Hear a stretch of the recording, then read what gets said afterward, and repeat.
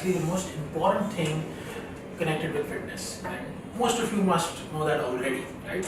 But where steel makes a difference is we try to customize it to the minutest details. So what is that like? Let me give you an example. Like say, if you're somebody who's engaging a personal trainer at steel, right? The first thing that you're asked is to get a complete blood check done. So once we get a complete blood check done, and not just any kind of blood check, very specific blood test to understand accurate markers of health risks, to understand your hormonal profile, to understand whether you have certain deficiencies or not. Once we get that inside report, it's easier for us to formulate a diet which is more accurately planned only for you.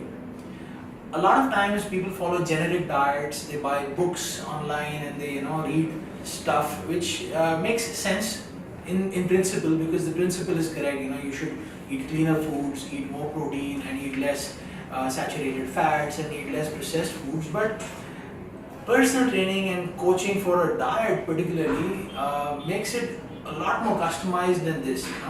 The application of this principle becomes a lot more customized when the person coaching you for that diet understands that you have a B12 deficiency, understands that you're lactose intolerant, understands that you have a vitamin D deficiency, understands that you occasionally get migraines, understands that you might have night cramps, or might understand that you have difficulty sleeping or sustaining your sleep. So these are factors which are always having some connection with your nutritional profile. So when you're not ingesting the right kind of nutrients, right kind of amino acids, right kind of macronutrients for you, then that is the problem that's going to affect you. So at Steel, I encourage all my trainers and my clients to work together so that they can formulate a diet that works specifically well for that one individual person, and not a generic diet plan that you can just give a printout off to everybody. So having said that, it still becomes a feedback oriented game. In spite of giving you a very good diet with insights from your blood test, insights from your goals, your previous history, your eating habits, we still need to look at how you're reacting to these food items. That's why we encourage a weekly check-in or a bi-weekly feedback from the client to understand how they're reciprocating, how they're responding to this kind of a diet. Based on that, changes are constantly made so that the diet is evolving as you are evolving. So you're not the same person that you were a month ago. Your body has changed a bit, and hence the diet also needs to change accordingly. So if you put on 2 kgs of muscle, you need to feed those 2 kgs of muscle.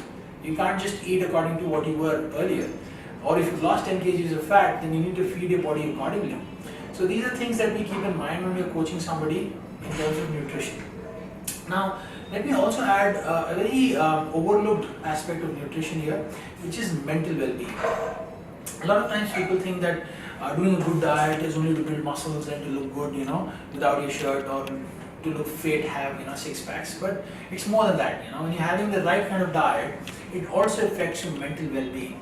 The way your neurotransmitters work, the way your mind thinks, the emotional profile that you're going through is controlled by a lot of food that you eat. For example, when you drink a cup of coffee, right, you feel awake.